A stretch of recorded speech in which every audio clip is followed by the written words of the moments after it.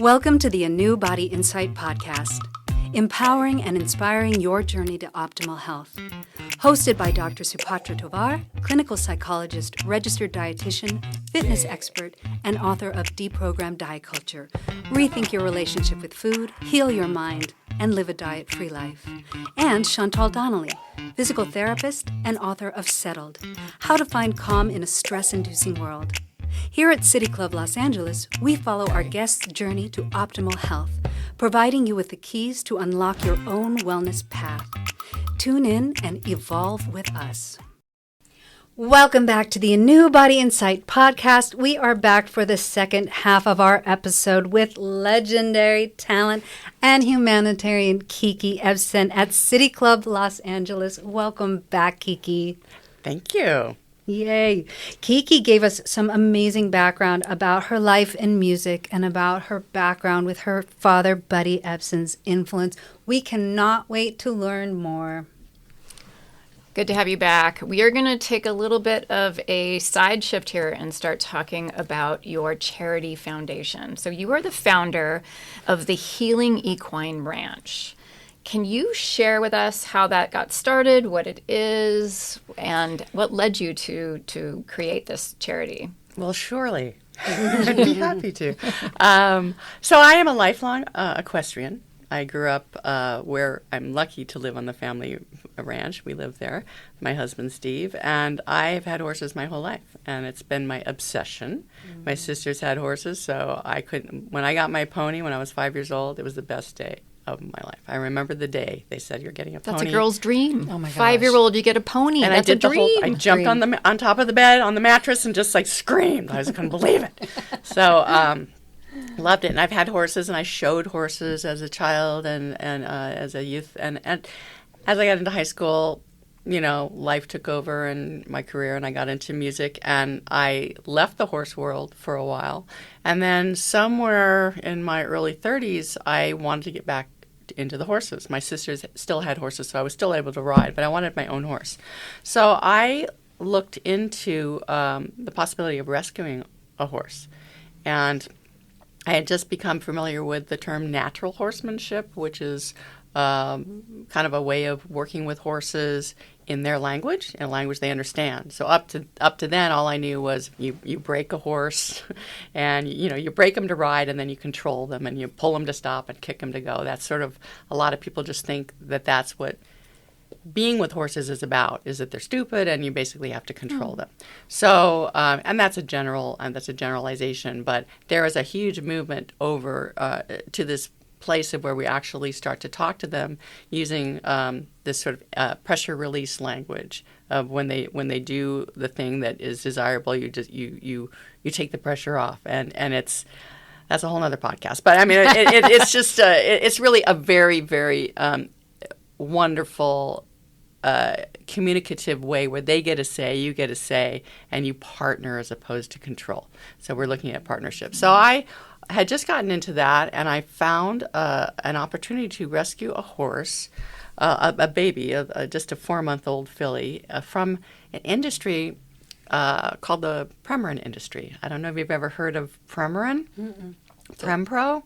Yeah. It's an estrogen replacement drug. Mm-hmm. So pregnant, they make it out of pregnant mare urine, and it's an estrogen-rich byproduct of the urine of these pregnant mares. Wow. I know. So it's kind of like, wow. Okay, we're going there. That behind my ears. Anyway, the mare has to have a foal. The foal is a byproduct of the drug industry. So then those horses were sent, if they weren't adopted out, they were sent to slaughter. No. These little babies. So the website, and the good thing is that production of that drug is on the decline with bioidentical hormones. But there were 60,000 babies a year being turned over to get these, to make this drug. Right. And it's such a waste, So my sister and I, we looked at the website when this was 24 years ago and saw this little baby, and I went, let's just get her. What? Come on, so he's had her shipped out and they're basically free. They're looking for homes, right? They come out on these consolidated shipments, and this 4-month-old baby horse showed up and we named her Rose, and she was the flagship of our whole program. Well, what it was supposed to be is me adopting these horses, rehabbing them, and then placing them. That didn't work so well. You couldn't let them go. No. So the next year I got another Premarin foal, and then the next year I got another, and I had the hardest time placing them because they started to illuminate these parts of me. And I've developed these relationships with them, and they're like family. We don't have children, so I'm like, oh, I couldn't. Oh. So I was able to place a couple, but after 6 or 7, I also got the opportunity to start working alongside psychologists in a new sort of therapy. It was equine-assisted therapy. It was very new to me and kind of new in our area. And I had the ranch, I had the horses, and I had the therapist with the contacts, and we started working with treatment centers in the Malibu area. And it was so invigorating and so interesting to watch these people come in on their 30-day programs and just spend one day with the horses, and it completely changed their perspective. And at that time there was a lot of metaphor work, like that horse reminds me of my younger daughter, and that's my ex-wife, and which is valid from a processing standpoint because it brings up topics. But now as it morphs more into this sort of building relationship with the horse is not just a tool anymore, but they're an energetic, sentient being that can make requests as well as receive requests. So now we're starting to get into the area in this new sort of modality that I'm working with, is trauma-informed equine-assisted services. And we're working with Bruce Perry's model of, ground-up regulation, working with neuroplasticity, creating new neural pathways, of building relationships with the horse, again using pressure and release, but this time giving the horse a choice and starting to examine what you bring to the table. Like if you come with a whole bunch of this, that horse is not, as a prey animal, a horse moves away from pressure. Yeah. And horses, they're prey animals, they move away from pressure. Yeah. That's their defense. Yeah. And so you start to examine how you come into it with your energy, and your breath has a lot to do with it.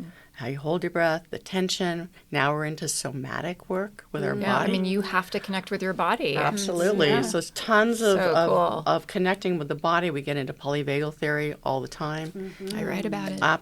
So it's really fascinating because the horses are in that. They're in the hyperarousal, and then they have their. I love the disassociation part now because I love that new area, because we used to call it. We had different names for it in natural horsemanship. The horse would be just like, oh my God, or the horse would be completely checked out with not blinking at all. I did not know that horses dissociate. Oh my God, all the time. Wow. So I have one in particular that disassociated so much and this is the kind of horse that'd be like, oh, he looks so calm, I'm just going to get on his back. Then he explodes and he bucks the person because they can't tell the difference between the stillness of the disassociation. Exactly. They don't know the signs, and the signs are very similar to humans. Blank stare. Yeah. Frozen. The head goes a little high. The breathing gets shallow. Hypervigilant. And they're totally disassociated. Wow. So you do a lot with your breath, a lot with proximity, and then you watch them come back. And a lot with repetitive patterns, rhythmic patterns to help regulate the horse and bring them back. That's part of that when we're talking about the ground-up regulation. So you've got the brainstem, then you have the movement, the limbic, or the dicephalon, and then the connection, right? The emotional connection part, and then the cortex. So a lot of the people coming in are in this sort of thinking survival mode. Yes. So most of us are. Yeah, yes. Right? Yeah. So there's so much you can do with horses with the rhythmic patterns of walking with them, matching their steps, regulating your breath, watching their breath, matching, or just noticing. A lot of it's just notice where you are. Notice what the horse is doing.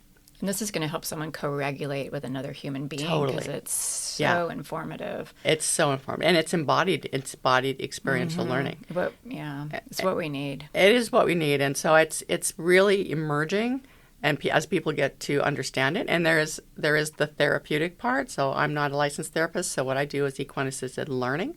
But I get referred a lot by therapists because I'll work with that person on regulation skills. And with the yoga part, You know, it brings us, it's pretty much just brings the philosophy and the breathing and also a perspective of how we are on what this is all about.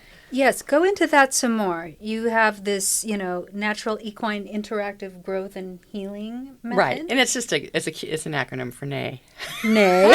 I love that. I had to figure out what would fit into love that it. acronym. So clever. You combine this with yoga meditation, trauma-informed equine assisted services.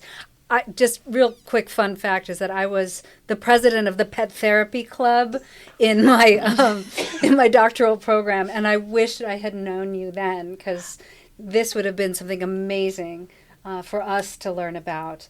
But I'm such a huge advocate of how animals, can help us heal in so many ways because they're such sentient creatures. Tell us how all that combined will help, and who primarily comes to the ranch.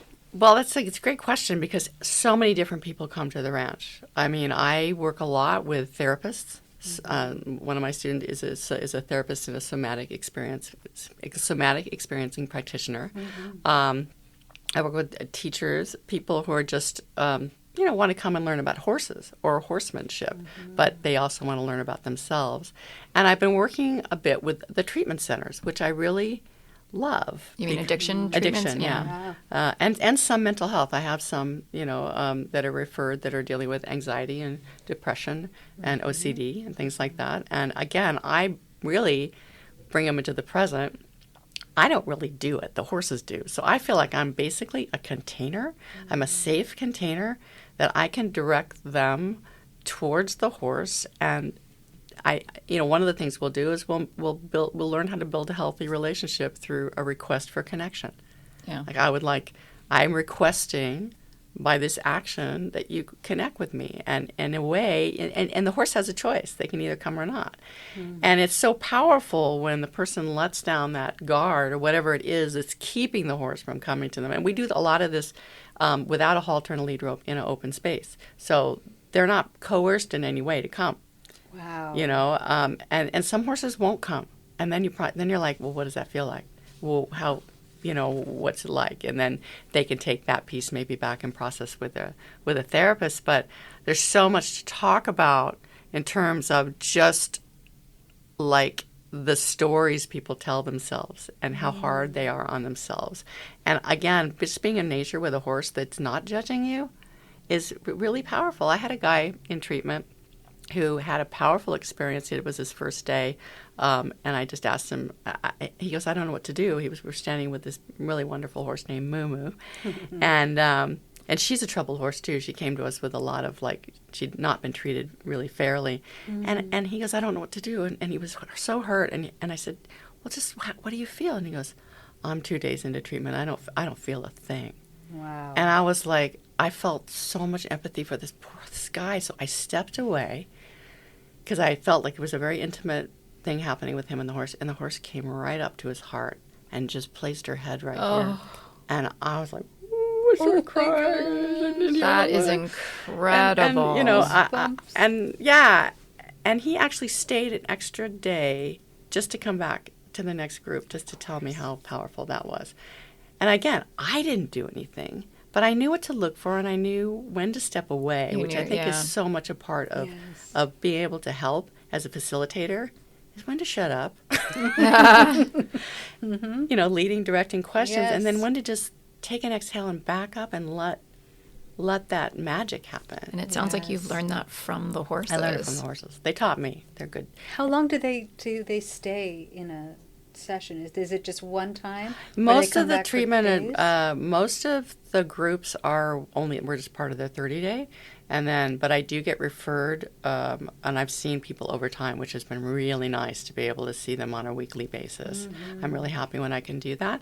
But if they only have one time, then let it be meaningful and let them experience something. It doesn't always have to be good, but it'll be something that they'll take away that they'll remember. And nature and animals are quite honest. It isn't all great. I mean, I've had some pretty amazingly difficult things happen during sessions, and I've had to face my own realities about. And I have my own stuff, and we're all on a journey. And I couldn't do this if I didn't do my own therapy. Absolutely. So true. I'm coming out to the ranch sometime soon. I will. am jumping up and down. Yes. You can't see it right now, but inside I'm jumping up and down. I love this idea, and I love that it's a 503c1. Yeah, 501. What do you call it? 501c3. 50. My dyslexia just totally kicked in. It's a charity, folks. It's a charity because I have so many. I mean, to do this work, it's expensive. And not everybody can survive, with and I has a ranch, and I've got 10 horses I can use, and this charity allows for donations to help with the feeding and the caring for them, because it really is a labor of love. Do people have to pay to go have the therapy, or is that totally? They pay the treatment centers definitely. There are offerings, for people to come and pay. That really does help. Occasionally, though, I do. I offer the services free of charge, depending on the situation. I've done that a few times over the last year. Yeah. Wonderful. Wow. Well, I want to stay on this topic, but we're actually going to move on to talking about your latest album. Oh, Fill Me Up. Yes. Yeah, Fill Me Up. And you actually donate proceeds to the Healing Equine Ranch for that. How do you find the balance between your work in music and your dedication to the equine therapy? How do you do all of it? And do those two worlds sometimes overlap? Well, they do overlap. It's hard. I am definitely spread very thin across my passions. Like I want to be doing music, and then I want to be doing horses. Sometimes I just sing to the horses. There you go. I do. When I'm practicing for something, they're used to hearing me sing all the time. And then sometimes we'll do something musical around the horses, But I mean, really, I can look out of my studio and see them. And sometimes the overlap is I just let them all loose, and they come around the house, and I'll be playing piano, and I'll just be looking out and I'll watch them graze, But it involves being very disciplined about your time, and you work really hard. And my husband says I work too hard, but I'm down there early, and riding and being with them. It's my therapy, so it keeps me pretty sane. And same with the music. So managing to do it pretty well so far, but I don't tour as much as I used to. That's the thing. I'm a bit retired from leaving town. I couldn't leave town. Touring is really hard. It's hard on the body and on the spirit as well. I mean, I did it for over 25, 30 years, and I knew that I was coming off of that. I just don't want to be out there, but I do love selected gigs that I get to do, and I do travel a little bit for work, but I love being home with the animals. Oh, it's beautiful, and I can only imagine just how relaxing and how therapeutic it is just to live there. It is. It is. I am happy that it's cooler, though. So hot, yeah. We're all happy. Yes. We're in California. It got hot, 104 degrees a couple weeks ago. How many horses do you have currently? I have 9. And we have I have a girlfriend that has a horse and a couple of mini horses. So we have 12 available for our program, and 2 goats. Oh, you're living the dream. The goats are a big part of our operation. I love goats. That's amazing. Yeah. Well, we have a million more questions, but we do want to open it up for any questions from the audience really quick.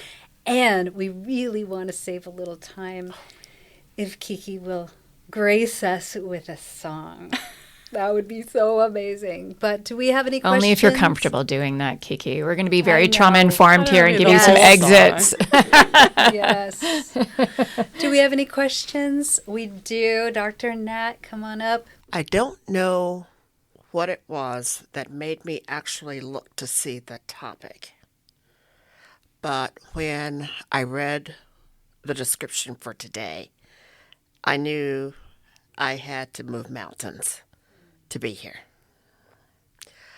I did not know you sing the lyrics of Joni Mitchell, one of my all-time favorites. So when I heard that here, I was just blown away. I kind of said to myself, this was divine. This was divine. But my question actually has to do with the equine therapy. Where is the ranch? Oh, it's in Agora. Okay. Agora, California. Yes. Okay.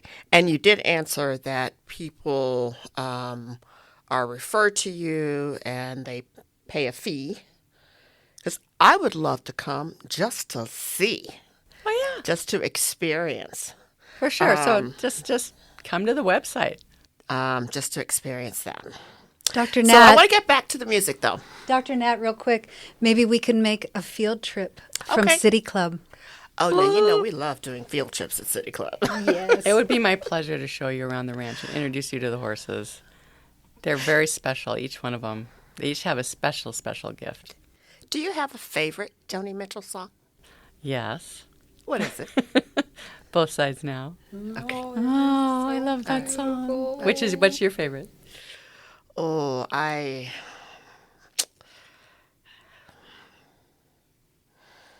the one about two heads are better than one. Oh. My analyst told me that I was right out of my head. Now, the I way you can't sing that. described It may be Natalie, but it Said ain't it'd be Cole. better dead than alive. I didn't But I love listen that. to I love his that song. jive. I And- knew all along. An ex-boyfriend introduced me to Joni Mitchell when I was in medical school, and I fell in love with her. And I don't know that there would have been any other way for me to know about her if it weren't for him. So, thank you. You are very welcome. Joni Mitchell fans, I love that. Yes. And maybe since you mentioned Both Sides Now, if you feel comfortable, no pressure at all. So, just a verse maybe, though, right? Yes, no, that doesn't have to be the whole song. We just really would love to hear you sing. All right. Such a pretty song. Well, what I love about this song is the juxtaposition of her singing it as a young girl and as a older woman, Yes. and the two sides of her life. Rose and flows of angel hair, and ice cream castles in the air, and velvet canyons everywhere. I've looked at clouds that way, but now they only block the sun. They rain and snow on everyone. So many things I would have done, but clouds got in my way. I have looked at clouds from both sides now, from up and down, and still somehow it's clouds' illusions I recall. I really don't know clouds at all. Oh, yes. Woo. Beautiful. Ugh, so beautiful. I'm crying. Me too. so It's a beautiful. beautiful song. Tell me what you get out of that song. Wow, that you come into life with all these dreams and expectations, and they may or may not come true. And at the end of it all, if you're able to look back and you're able to remember even a piece of your life, that's a gift. And if you are at the end of your life looking back, be grateful. Be happy you made it this far, and know that there are people that love you. Now I'm going to start crying. You're making us cry. You're making the audience I cry. know, I'm crying now. You are an absolute, just beautiful soul. I'm so lucky. There's a fun way that I got to know you, and it's through your husband, because he's the San Gabriel Valley Fire Department chief, and I do disaster response work for my psychological association. And I never thought that this, chance meeting with the wonderful human that he is would lead to another incredible, wonderful human. And so I'm just feeling so lucky and so blessed. Well, he's wonderful. Oh, he's the best. He's an amazing person. Yeah, incredible. Can you tell us? It's a really cute story how you guys met. Oh, yes. We were on the road together with Tracy Chapman, and he was in the sound department, and I was a very sassy, cocky young girl. He described you as a redhead at that I was time. redhead, very red hair, I just came in there, and he was mixing our sound, and I would look at him. He had hair way down, like we both had hair down to our butts, right? And he was cute and kind of funny and kind of cute, and kind of nerdy, but then really handsome, and then kind of goofy. And then he was so nice, though, and he was kind to me, and I had not experienced somebody who just was really a nice person, and I could see that. Mm-hmm. And I was a hard, brazen rock and roller, been on a lot of tours. So we just started hanging out and becoming friends, and then it just happened. Aww. We kissed one night in Sydney, Australia. Those sound guys, they are always the best. Yes, yeah. Her husband is also. My husband's a sound engineer and a producer, so I have a soft spot for those sound guys too. Yeah, they make you sound good. They do. Yeah. Yeah. He mixed film. They're good listeners. He built us a recording studio. That's a cute story. Yeah. Well, tell us what's next for you. Oh my! Well, let's see. I'm just trying to live life. I'm just trying to keep my desk clean and my files orderly. And no, I am excited about the equine assisted learning. I'm getting some more clients. It's emerging. It's starting to make sense to me. Like the pieces are falling together. I'm getting some really fun certifications, and I really see now how it fits together. Whereas before it was always like a chance piece, and that's emerging and helping people. And then I'm excited about music. Like I feel like writing. I feel like being artistic, in that way. I feel like creating more in the musical place. But I also want to find some time just to be, with Steve and just relax and enjoy life a little bit, because we're always on the move. We've been very high achievers. And I'm 66 now, so I got to find just some time I'm letting go of things. I'm going through and I'm letting go of certain pieces of things that I don't need anymore. That's a hard thing, but I don't want to be one of those people that dies and there's a bunch of boxes of my stuff. They might do a one-woman show about you. Right? That's a good idea. Like, I don't really need this, But, valuing those things, but I'm in that stage of like, I got to start letting things go, too, which is kind of, I don't mean it to be heavy, but it's a reality. It's very cathartic to let things go. It's slowing down and being okay with that. Mm-hmm. Yeah. Yeah. So, but also new things, learning new things, keeping the brain sharp and stuff. Yeah. So, my sister says the older I get, the less I know, and I love that. And maybe it's the older we get, the less we know and the less we need. That's very true. Mm-hmm. I'm very happy with very little, but the irony is I have so much. Yes, you do. So. And you are so much. Can you please tell our listeners how they can find you? Well, you can go to kikiebsen.com for all things music. And if you want to see the horses and talk about that, the Healing Equine Ranch.com. So, yay. There you go. Thank you so much for being here. It's been a pleasure getting to know you and hearing your story. Thank you. Yes. And thank you to those of you who have tuned in. Please tune in again to A New Body Insight. We look forward to our next exciting interview and hope you will join us next time. Thank you so much. Thanks for tuning into the A New Body Insight podcast. Please remember, the content shared on this podcast is for entertainment purposes only and does not constitute medical advice. You can find us anywhere podcasts are streaming, on YouTube at my.anew.insight and at anew-insight.com under the A New Body Insight podcast tab. Follow us on our socials at my.anew.insight on Facebook, Instagram, TikTok, and Threads for more updates. Tune in next time and evolve with us.